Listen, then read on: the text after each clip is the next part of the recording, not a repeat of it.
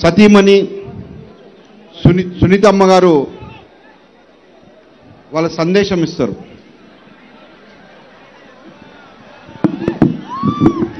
నాకు ఈ అవకాశం ఇచ్చిన మీ అందరి మధ్యలో, ప్రజల మధ్యలో ఇచ్చినందుకు కృతజ్ఞతలు తెలుపుకుంటున్నాను. ఈ అవకాశం ఇచ్చిన గౌరవనీయులైన కేసీఆర్ గారికి, కేటీఆర్ గారికి, హరీష్ రావు గారికి ధన్యవాదాలు. నేను ఈరోజు బీఆర్ఎస్ పార్టీలో ఉన్నందుకు చాలా గర్వపడుతున్నాను. మాగంటి గోపీనాథ్ గారు పార్టీకి ఉన్న అనుబంధం చాలా గొప్పది. గోపీనాథ్ గారు ఆశయాలు, సమస్యలు అన్నిటినీ మన మధ్యలో నుంచి ముందుకు తీసుకువెళ్ళాలని కోరుకుంటున్నాను.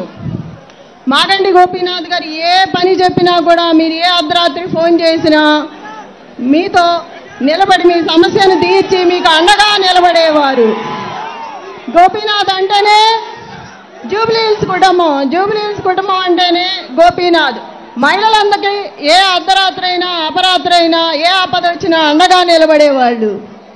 అలాంటి మీ గోపన్న మీ హృదయాల్లో ఎప్పటికీ నిలిచి ఉంటారని మీ అందరినీ చూస్తే అర్థమవుతుంది. ఎంతమంది తరలి వచ్చారు మీ గోపన్న కోసం. ఏ అర్ధరాత్రి అయినా మీ గోపన్నకి ఫోన్ నంబర్కి ఫోన్ చేయవచ్చు.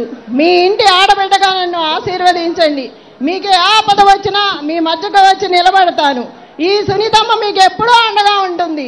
ఎవరికీ భయపడాల్సిన అవసరం లేదు. పార్టీ మనకు అండగా ఉంటుంది. కేటీఆర్ అన్న, కేసీఆర్ గారు మనకి ఎప్పుడూ అండగా ఉంటారు. జై తెలంగాణ, జై కేసీఆర్, జై గోపన్న. ఒక్క నిమిషం.